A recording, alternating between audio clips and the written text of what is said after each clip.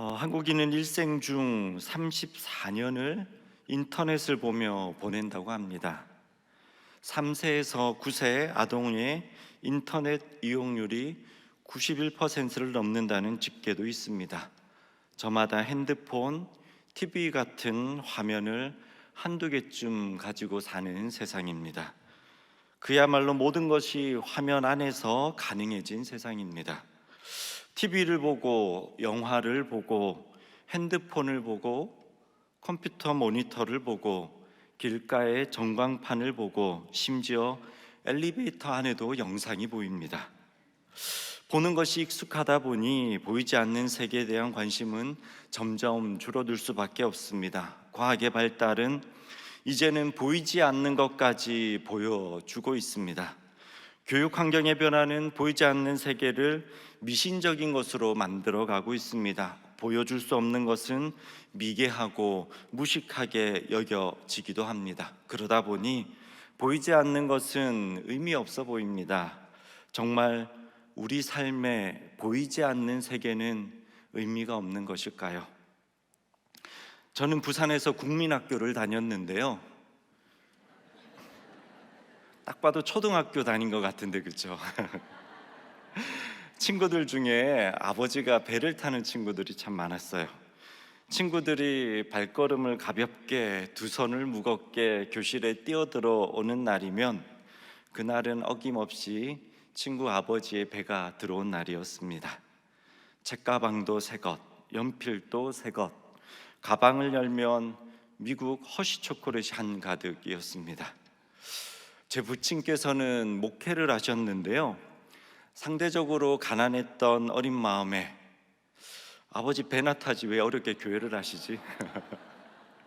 이런 생각을 자주 했었습니다. 그런데 학년이 올라가면서 보게 된 사실이 있습니다.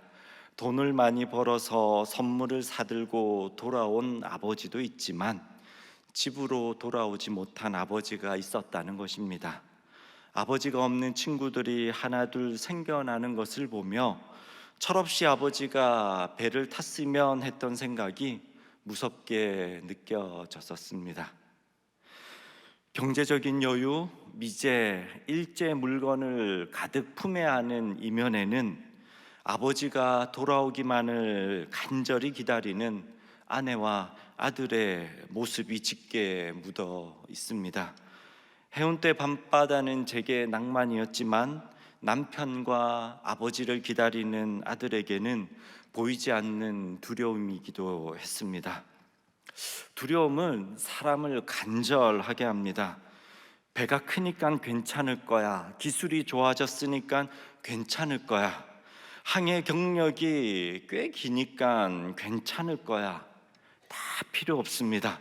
눈에 보이는 과학기술 같은 것보다 어떤 절대적인 힘이 필요합니다.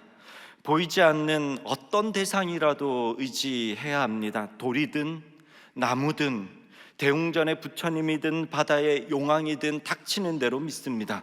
그래서 부산에서는 미신이 많았습니다. 보이는 세계보다 보이지 않는 세계를 전적으로 의지하며 살아가는 이들이 있었습니다. 이렇듯 헛되이 보이지 않는 세계가 위안을 주는 척하기도 합니다. 우리의 삶을 후벼 파듯 두렵게 하는 경우들도 있습니다. 자살을 앞둔 청년을 만난 적이 있습니다.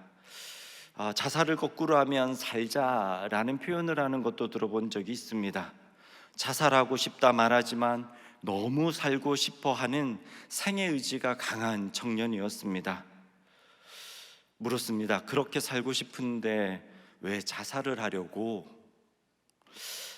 목사님, 자살이 정말 무서운데 나도 죽기 싫은데 죽음보다 더 무서운 것이 생겼기 때문이라고 합니다. 도대체 죽음보다 무서운 것이 뭔데?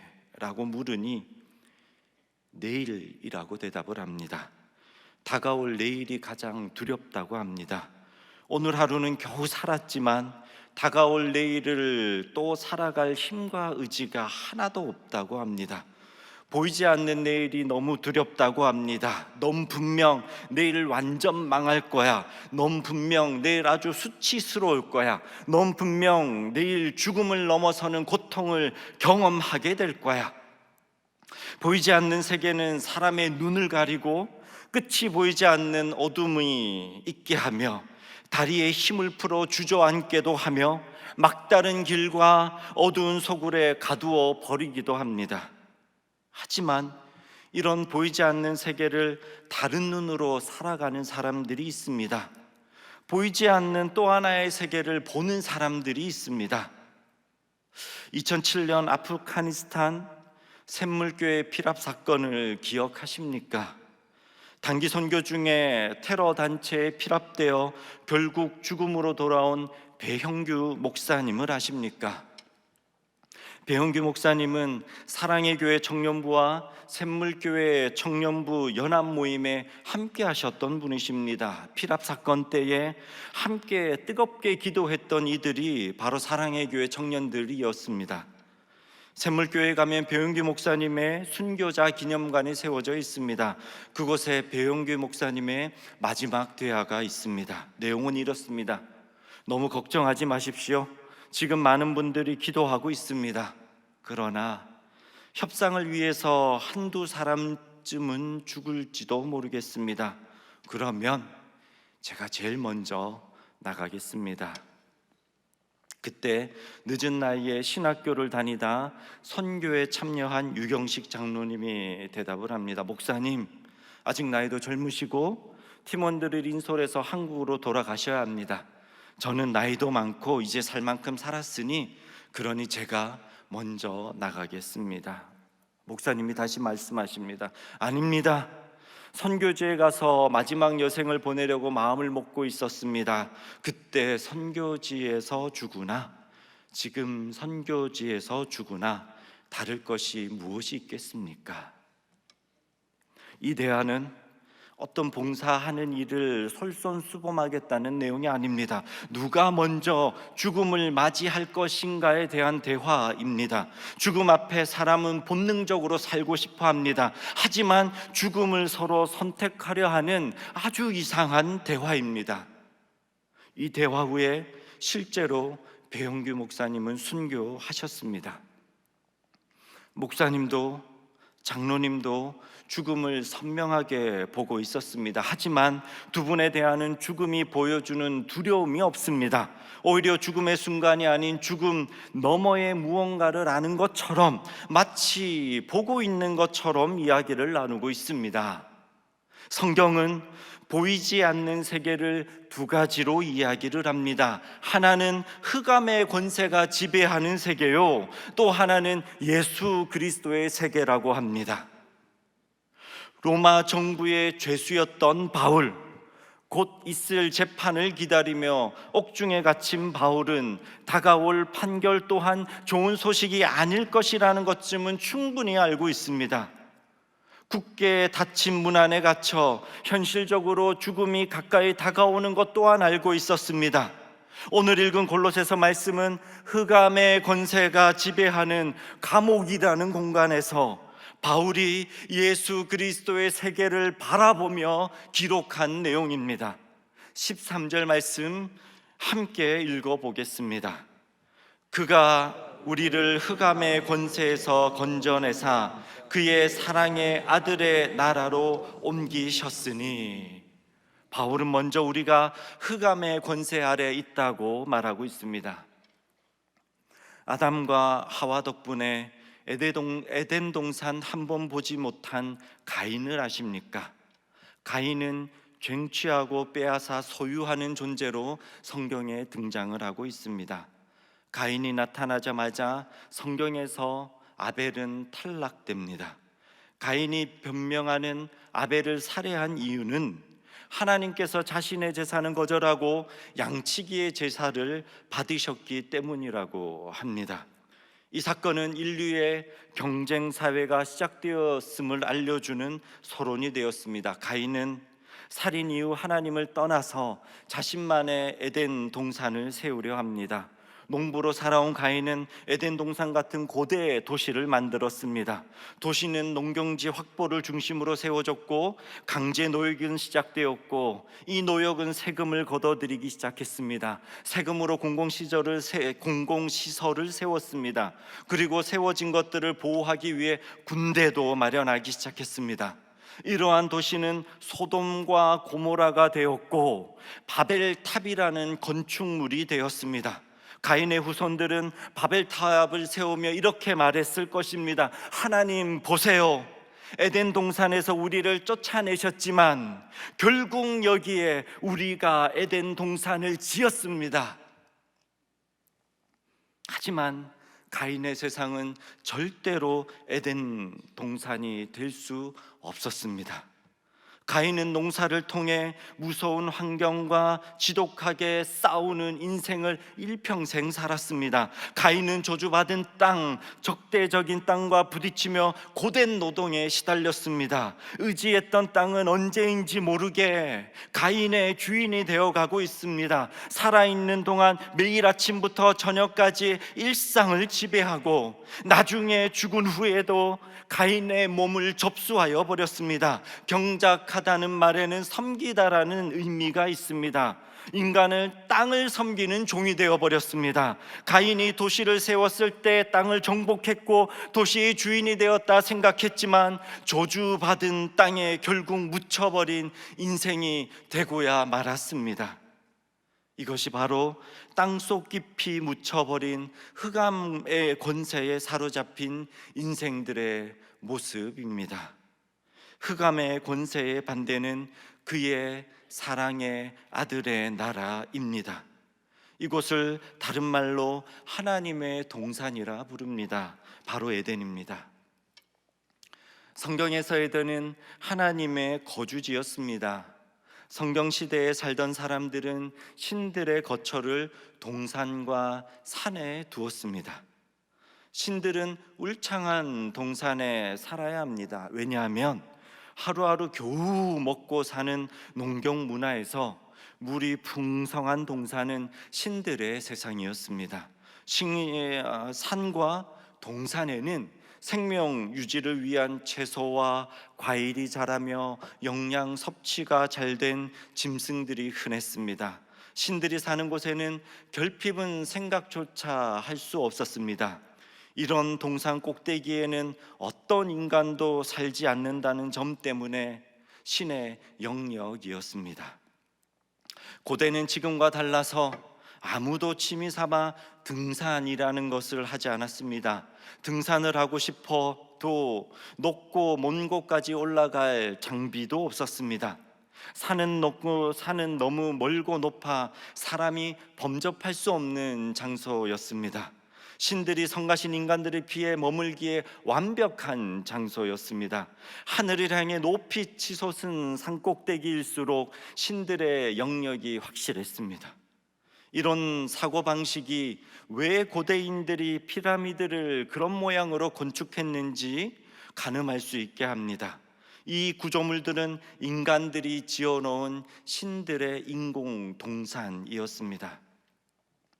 하지만 하나님의 동산 에덴은 다르게 표현되어 있습니다. 온 세상이 에덴은 아니었습니다. 두 강이 가로지르는 동산이었고 4개의 수원지를 통해 그 위치가 묘사됩니다. 창세기 2장 8절 말씀에 보면 이 모습이 나오는데요, 우리 함께 봉독하겠습니다. 여호와 하나님이 동방의 에덴에 동산을 창설하시고 그 지으신 사람을 거기 두시니라. 아멘. 세상 어딘가에 창설하신 동산이 에덴이었습니다. 에덴은 울창하고 물이 넉넉한 거주지였습니다. 이곳은 다른 신들처럼 하나님만의 영역은 아니었습니다. 하나님은 아담과 하와를 살게 하시려고 지으셨습니다. 자신의 백성들이 살도록 지으신 곳입니다. 그리고 하나님 자신도 자기 백성 가운데서 살기 원하셔서 지으신 곳입니다. 에덴은 기쁨이라는 뜻을 가지고 있습니다. 기쁨의 정원에서 하나님은 사람을 만나셨고, 선선한 바람이 부는 날에는 나무 사이를 함께 거닐었습니다. 하나님과 함께 살던 곳 에덴을 우리는 본향이라고 합니다. 고향이라고 합니다. 저는 태어나기는 서울에서 태어났습니다. 근데 자꾸 사투리를 쓰죠, 그죠? 부산에서 유년 시절과 학창 시절을 보냈습니다. 그러다 보니 부산이 제게 고향 같아요. 처가가 부산에 있습니다. 그래서 부산에 내려갈 때면 유년 시절로 돌아가는 느낌, 또 학창 시절이 생각나며 또 처가가 있어서 고향집에 가는 기분입니다. 저는 처가 가는 것을 너무 좋아합니다.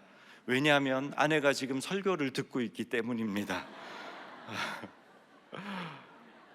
그리스도인들은 돌아갈 본향, 고향이 있습니다. 죽어서 천국 간다는 말은 이제 긴 여행 끝내고 고향집으로 간다는 말과 같습니다. 죽음 이후에 아무것도 없어 라고 말하는 사람들은 고향이 없는 사람들입니다. 돌아갈 곳도 없습니다. 죽음 앞에 섰을 때 가장 큰 두려움은 돌아갈 곳이 없다는 것입니다. 만약 돌아갈 곳이 지옥이라면 죽음은 인간에게 가장 잔인한 순간이 될 것입니다. 반대로 너무 그리운 곳, 이제는 돌아가고 싶은 곳, 우리가 반드시 돌아가야 할 곳, 그곳을 사도 바울은 그의 사랑의 아들의 나라라고 합니다. 그의 사랑의 아들의 나라라는 표현이 좀 어려우시죠? 그래서 제가 좀 다른 번역들을 찾아보았습니다. 먼저 공손한 번역입니다. 당신께서 사랑하시는 아드님의 나라. 또 다른 번역은 그분이 몹시 아끼시는 아들의 나라로 표현합니다. 골로새 교회에 들어온 새로운 교사들이 아들의 나라로 가는 길을 알려주겠다고 합니다. 이렇게 하면 갈 수 있다고 합니다. 들어보세요. 금욕적인 생활을 하십시오. 혹독한 훈련을 받으셔서 자기 부정을 하십시오. 특히 음식이나 술은 절제하며 금식을 하십시오. 거룩한 절기는 필히 준수해야 합니다. 너무 맞는 이야기예요, 그렇죠? 분명히 들어온 새로운 교사들이 이단이라고 하는데 이들이 하는 이야기들이 틀린 이야기가 하는 거 하나도 없는 것 같습니다. 근데 이단을 끝이 다르다고 해서 이단이라고 합니다. 끝단자에 다를 이자를 씁니다. 이들의 가르침은 교묘해서 끝이 희한하게 끝납니다. 가장 중요한 것들을 빠뜨려 버리는데요. 한번 들어보세요. 인간의 노력으로 충분히 갈 수 있는 그 나라이기에 예수 그리스도의 역할을 그렇게 중요하게 여기지 않습니다. 이들의 주장에 따르면 보이는 세상은 하나님과 반대되는 곳이라 혐오해야 할 대상입니다. 이런 지저분한 세상에 지저분한 인간의 몸을 입고 하나님의 아들은 절대 오실 수가 없습니다. 예수님은 하나님의 가면을 하고 온 신적 존재, 천사와 같은 존재로 여겨버립니다. 육체를 가지고 있지만 실제로는 없었던 분입니다. 그래서 예수님께서 걸어다니면 땅에 발자국이 남지 않았다라고 이들은 가르쳤습니다. 가장 중요한 예수 그리스도를 지워가고 있습니다. 마치 예수님의 발자국이 없다 말하는 것처럼 예수님을 지워가듯이 그들은 예수 그리스도가 우리에게 어떤 의미가 되는지를 알지 못하도록 지워버리고 있습니다. 사도 바울은 우리가 갈 천국을 그래서 하나님이 사랑하시는 그의 아들 예수 그리스도의 나라라고 표현합니다. 오로지 예수 그리스도를 통해서만 갈 수 있는 나라라는 의미입니다. 예수 그리스도가 지워지면 천국도 에덴 동산도 하나님의 나라는 없습니다. 이 나라를 야곱은 꿈에서 보고 있는데요. 창세기 28장 12절 말씀입니다. 우리 함께 봉독하겠습니다. 꿈에 본즉 사닥다리가 땅 위에 서 있는데 그 꼭대기가 하늘에 닿았고, 또 본즉 하나님의 사자들이 그 위에서 오르락 내리락 하고. 하늘과 땅에 닿아 있는 사닥다리였습니다. 우리가 흔히 보는 페인트 칠하기 위해 올라가는 사다리를 말하는 것이 아닙니다. 여행 중에 외국 신전을 가본 적 있으십니까? 하늘을 향해 계단이 끊임없이 놓여져 있는 것을 보셨을 것입니다. 야곱이 보고 있는 것은 하늘을 향해 솟아있는 계단이었습니다. 계단 끝에는 하나님이 서 계셨습니다. 말씀 한 절 더 보겠습니다. 요한복음 1장 51절 말씀입니다. 함께 봉독하겠습니다. 또 이르시되 진실로 진실로 너희에게 이르노니 하늘이 열리고 하나님의 사자들이 인자 위에 오르락 내리락 하는 것을 보리라 하시니라. 예수님의 제자도 야곱이 보았던 세계를 보고 있습니다. 예수님을 통하여 하늘이 열리고 하나님의 사자들이 오르락 내리락 하는 것을 보고 있습니다. 하늘과 땅을 잇는 것이 예수님인 것을 보고 있습니다. 이것이 보이면 야곱이 고백한 것처럼 여호와께서 여기 계시거늘, 여호와께서 내 곁에 계시거늘, 여호와께서 나와 함께 계시거늘 고백하게 됩니다. 바로 예수님이 그 나라에 이르게 하는 계단이 되시는 장면입니다. 예수님을 통해 그 나라가 보이고 보좌에 계신 하나님을 배울 수 있습니다.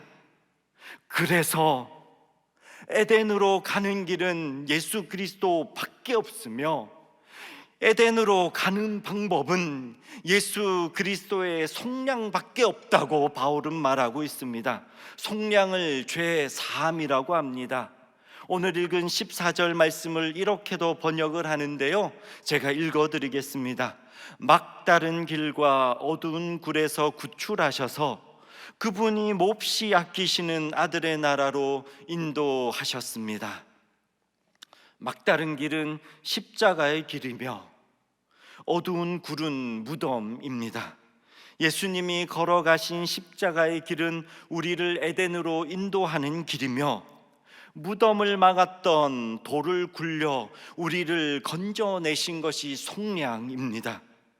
마치 출애굽 당시 흑암의 권세가 온 세상을 뒤덮고 있을 때 각 출입문 임방에 어린 양의 피를 묻혀 그 피가 흘러가는 곳마다 죽음의 모든 사자들이 넘어가 그 피가 있는 곳마다 생명의 문이 열렸던 것과 같습니다. 십자가에 달리신 예수 그리스도의 피가 흘러 무덤의 그 문 임방으로 흘러 묻혀져 내리기 시작하면, 그때부터 생명의 문이 열리고 사슬되었던 죽음의 쇳덩어리가 풀어지기 시작하며, 그때부터 이제 우리에게는 애굽과 흑암과 죽음의 권세들이 떠나가게 됩니다. 그때 그러므로 속량은 이제 우리가 에덴으로 돌아가도 된다라는 선언으로 드러나게 됩니다. 죄사함은 에덴 동산으로 돌아가는 여정의 시작입니다. 다시 말해서 죄의 문제가 해결되었다는 것은 나는 이제 착해졌구나, 나는 이제 죄인이 아니구나 라는 것을 말하는 정도가 아닙니다. 그것을 넘어서는 것입니다. 죄가 없는 세상을 향해 걸어가는 걸음이 되고, 죄의 두려움에 눈을 돌려 기쁨의 나라를 볼 수 있는 능력이 되며, 죄로 인해 더 이상 고통받지 않아도 된다는 하나님의 약속이며 본향을 향한 소망의 여정이 됩니다. 그래서 에덴으로 가는 이들은 자유와 기쁨이 있습니다. 지금은 사순절 기간입니다. 그리스도의 죽음을 깊이 묵상하고 십자가의 고통을 잊지 않는 것은 매우 중요합니다. 그러나 여기에서 멈춰서는 안 됩니다. 우리는 십자가의 길을 따라 예수 그리스도의 나라로 돌아갈 수 있음을, 에덴으로 돌아갈 수 있음을 또한 기뻐해야 합니다. 하나님은 에덴 동산을 떠난 그 이후부터 한시도 쉬지 않으시고 우리를 기다리고 계십니다. 우리는 예수 그리스도와 함께 그 나라를 향해 가는 여정 속에 있습니다. 페니 크로스비라는 이름을 들어본 적이 있습니까? 언젠가 존경하는 목사님께서 들려주신 페니 크로스비에 관한 이야기로 말씀을 마무리하려고 합니다. 페니 크로스비가 태어난 지 약 6주가 되었을 때 병이 들어 눈의 시력이 너무 떨어졌다고 합니다. 그녀의 고백입니다. 나를 담당했던 사람들은 내 눈에 수포를 댔습니다. 그들의 지식과 기술 부족으로 나는 영원히 시력을 잃어버렸습니다. 그들이 말하기를 나는 나이가 들어갈수록 친구들의 얼굴이나 들판의 꽃들 또는 푸른 하늘이나 아름다운 황금 별빛들을 결코 보지 못할 것이다고 했습니다. 그러나 나는 만족이라고 부르는 작은 보물을 내 마음에 담아두겠다고 속으로 다짐했습니다. 사람들은 그녀의 고백을 들으며 이렇게 얘기를 합니다. 아직 어려서 낙천적이고 낙관적이라 저런 말을 할 거야. 세상 풍파를 너무 몰라서 이런 생각 가질 수 있지. 장애인들의 어려움을 몰라도 너무 몰라. 아직 철이 없는 것 같아. 인생을 너무 쉽게 보아서 이런 글을 남겼을 거야. 여기저기서 이야기를 합니다. 하지만 시간이 흘러 그녀의 나이 53살 되었을 때 그녀가 지은 노래입니다. 예수를 나의 구주 삼고 성령과 피로써 거듭나니 이 세상에서 내 영혼이 하늘의 영광 누리도다. 주 안에 기쁨 누림으로 마음의 풍랑이 잔잔하니 세상과 나는 강고 돋고 구속한 주만 보이도다. 죽을 때까지, 생을 마감할 때까지 그녀는 그렇게 살았습니다. 에덴은 보이지 않습니다. 하지만 십자가에 달린 구속한 우리 구주 예수님은 보입니다. 에덴으로 돌아가는 길은 늘 험난합니다. 하지만 주 안의 기쁨을 누리면 마음의 풍랑도 잔잔해집니다. 사랑하는 성도님들, 내일 하루는 또 어떠실 것 같습니까? 누군가 이런 얘기를 하는 걸 들었습니다. 인간의 쾌락이 큰가? 아니면 인간에게 고통이 더 큰가? 이 질문에 이런 비유를 합니다. 사자가 먹이를 먹는 장면으로 설명을 합니다. 사자가 짐승을 잡아 입에 물고 있을 때 사자가 먹이를 먹는 쾌락이 클까요? 아니면 사자에게 잡혀 먹히는 짐승의 고통이 더 클까요? 당연히 잡아먹히는 짐승의 고통이 훨씬 더 큽니다. 우리 인생에 쾌락과 고통이 있다면 우리 인생 속에서 쾌락을 오가는 그 무게, 더 큰 것들이 어디에 있겠습니까? 우리가 찾을 수 있는 진실은 인간의 인생은 고통스럽다는 것입니다. 맞습니다. 기쁘고 즐거운 일은 너무 짧게 안개처럼 사라집니다. 하지만 고통과 아픔은 약속한 것처럼 어김없이 늘 우리를 찾아옵니다. 여전히 고통이 우리를 찾아와도 내일이 또 두려워도 우리는 고향으로 돌아가고 있는 그리스도인입니다. 여행이 아무리 고되고 힘들어도 돌아갈 집이 있으면 괜찮습니다. 사랑하는 성도님들, 에덴 동산이 보이십니까? 그렇다면 사는 날 동안 끊임없이 구주를 찬송하게 됩니다. 이것이 에덴을 향해 걸어가는 그리스도의 여정이며 삶입니다. 아버지께서 우리를 암흑의 권세에서 건져내셔서 자기의 사랑하는 아들의 나라로 옮기셨습니다. 우리는 그 아들 안에서 구속 곧 죄 사함을 받았습니다. 아멘. 기도하겠습니다. 하나님, 우리를 암흑의 권세에서 건져내시고 사랑하는 아들의 나라로 옮겨주신 놀라운 은혜에 감사드립니다. 보이는 두려움과 고통의 현실 앞에, 보이지 않는 흑암의 권세 앞에 그리스도의 십자가만 바라보며 살아가게 하옵소서. 눈을 열어 하나님의 동산을 보게 하시고 기쁨의 동산에서 살아갈 날을 소망하게 하옵소서.